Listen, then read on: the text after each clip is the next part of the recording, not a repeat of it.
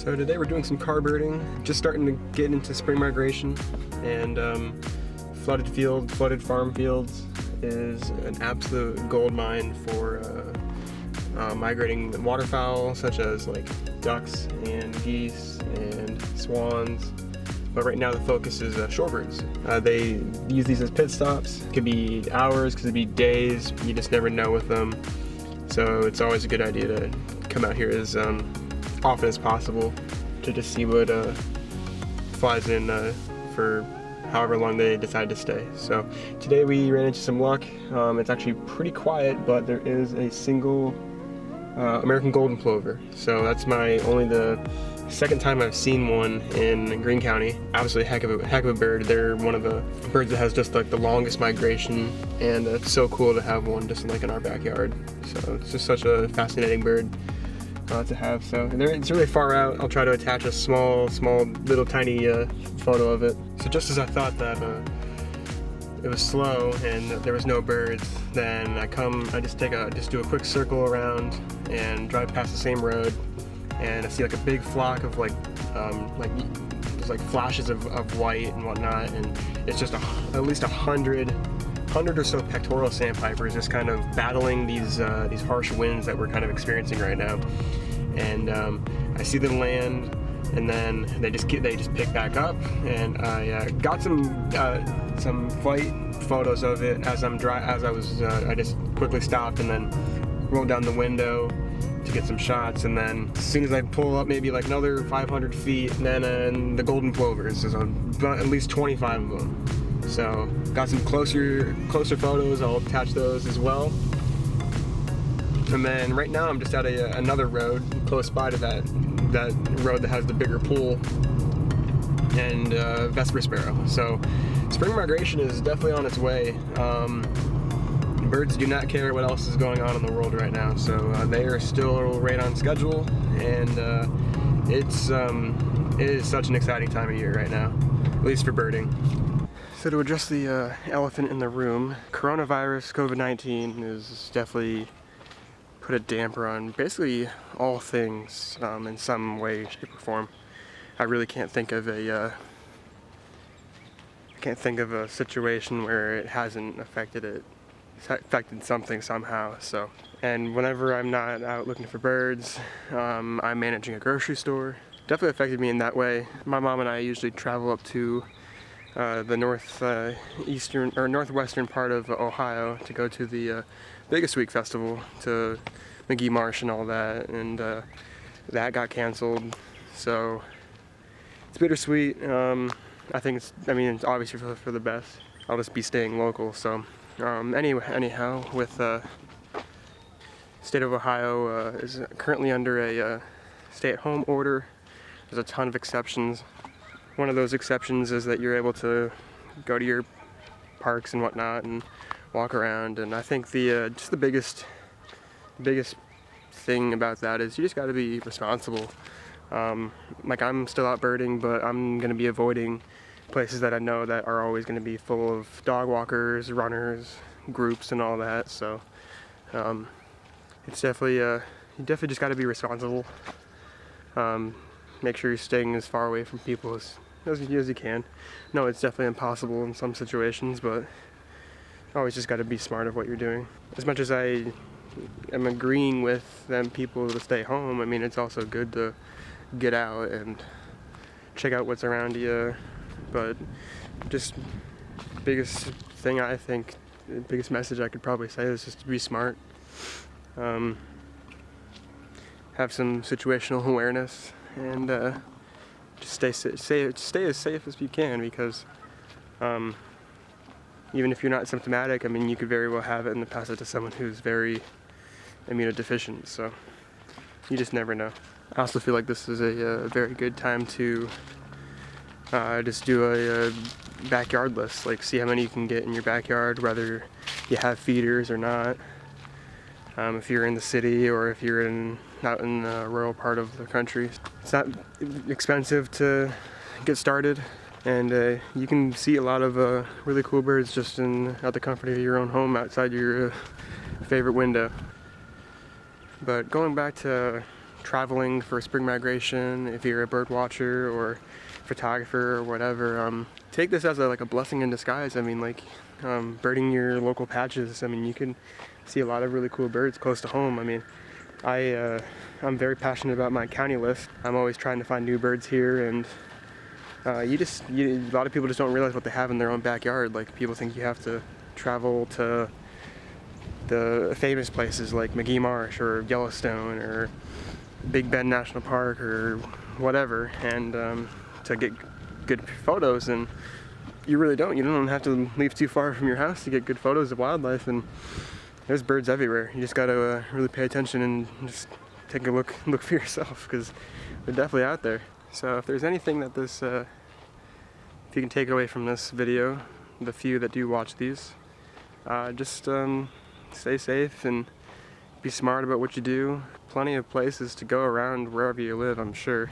Just avoid the heavily trafficked areas, and you can still enjoy birding, still enjoy hiking, and maybe you can even explore just something new that no one's even been at in your county or state. Or it's always I think this is a great opportunity to discover new things, find new records for your county. It could definitely be a blessing in disguise, that's for sure.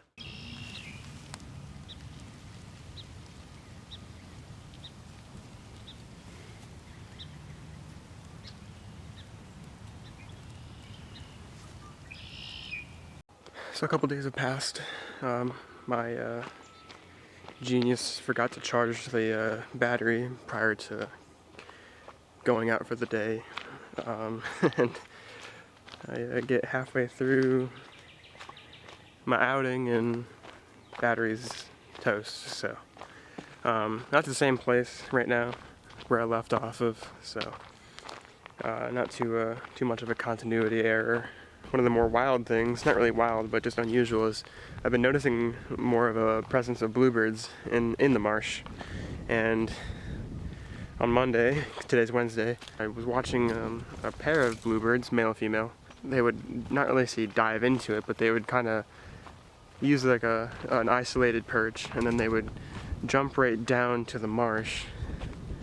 And I guess they would just either forage or something, because it didn't look like they were bathing in the water or whatever. They were probably just looking for some insects to fuel up on. So just really fascinating. It's always nice to see bluebirds in general, but to have such a vibrant blue in a drab marsh, because it is pretty early in the season. Definitely nice to just interesting to see the bluebirds doing that kind of thing.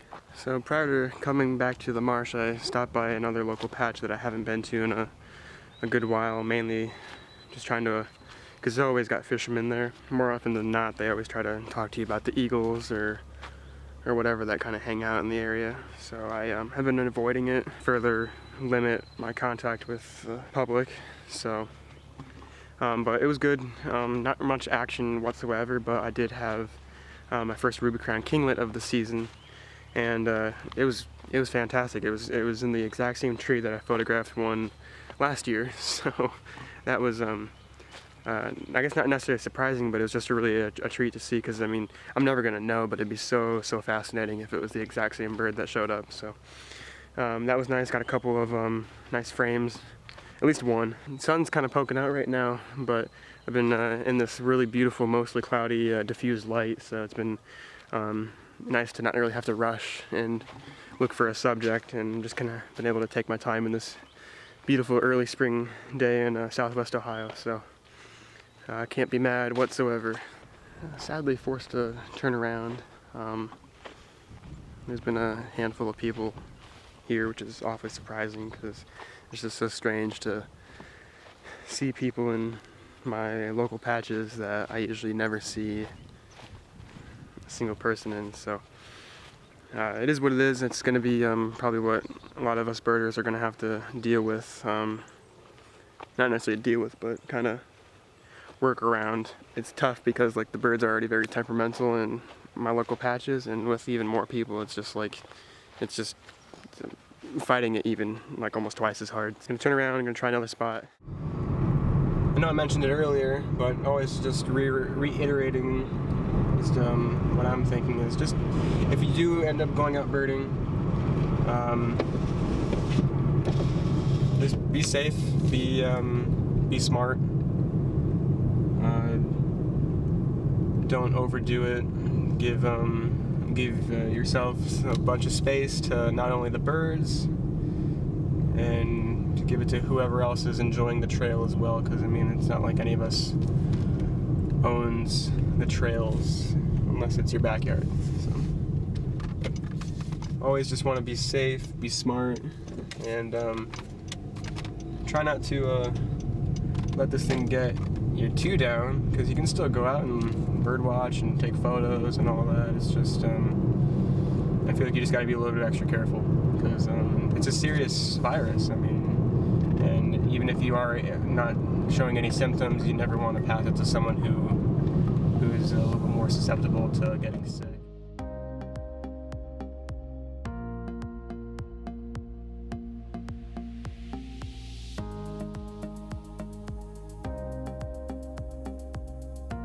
Just prior to pulling in, I just remembered like a really important thing in terms of safety in the bird watching community. Just a weird eruption, not really eruption, but there was a few instances where there was roseate spoonbills in Ohio.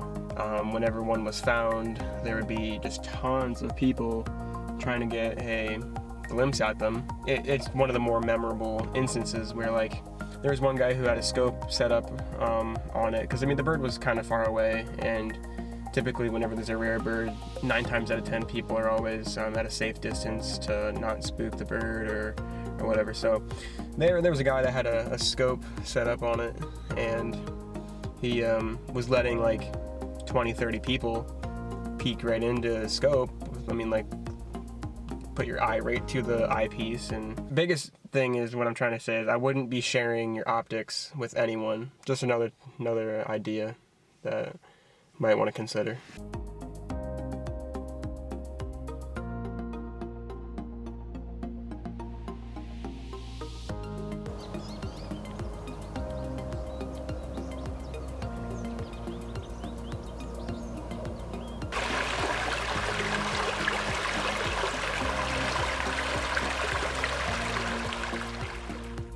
So the spot that I'm now at is it's a newer place that I've been going to lately. It's actually relatively close to where I live, only about a 10-15 minute drive, and it doesn't really get that much traffic, and the only traffic that do come here is mainly disc golf players. They just built a rather impressive course for people to use. I believe it's free of charge, and like apparently some like professional big name designed the course, so in that community it's a big deal. So but on the outside of the course there's some pretty good trails. Sometimes see people riding horses back here, which is pretty neat, but I've been seeing a lot of really good birds back in here. So it's really has some really nice habitat. Got like a creekside habitat, some like meadow, a little bit of prairie, but not too much. Nothing that I would expect to see too many prairie birds in.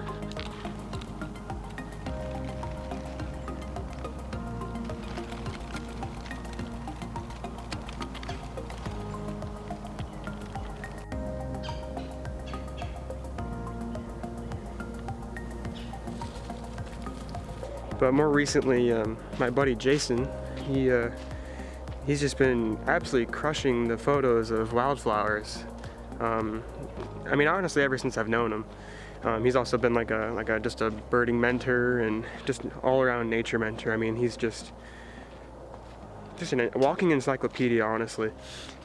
He's always my go-to guy for any ID help when it comes to botany or trees, plants, amphibians, I mean, just you name it. So he's been posting a ton of photos of just some incredible wildflowers, and it's just kind of got me keeping an extra eye out to my ground around me to kind of just see what else is in bloom.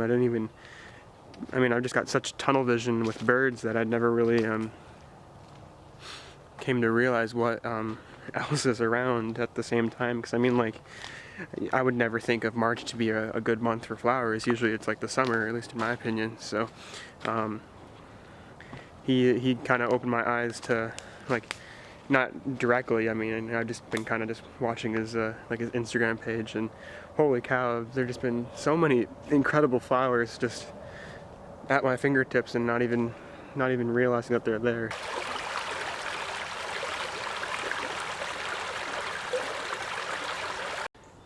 Just a small tip is just to kind of take it easy, take a pause every now and then, just kind of wait, and then you might just see a whole bunch of birds. So I mean, like, I stopped to look at the kinglet, and then that led to finding a brown creeper, which hopefully I can salvage a shot of that. He was kind of far away, but it might work out. That then led to some nuthatches, chickadees, a couple cardinals, and some woodpeckers for sure. I just heard a downy right there, and that kind of jogged my memory, even though it was only a couple minutes ago. I apologize for not having too much content lately.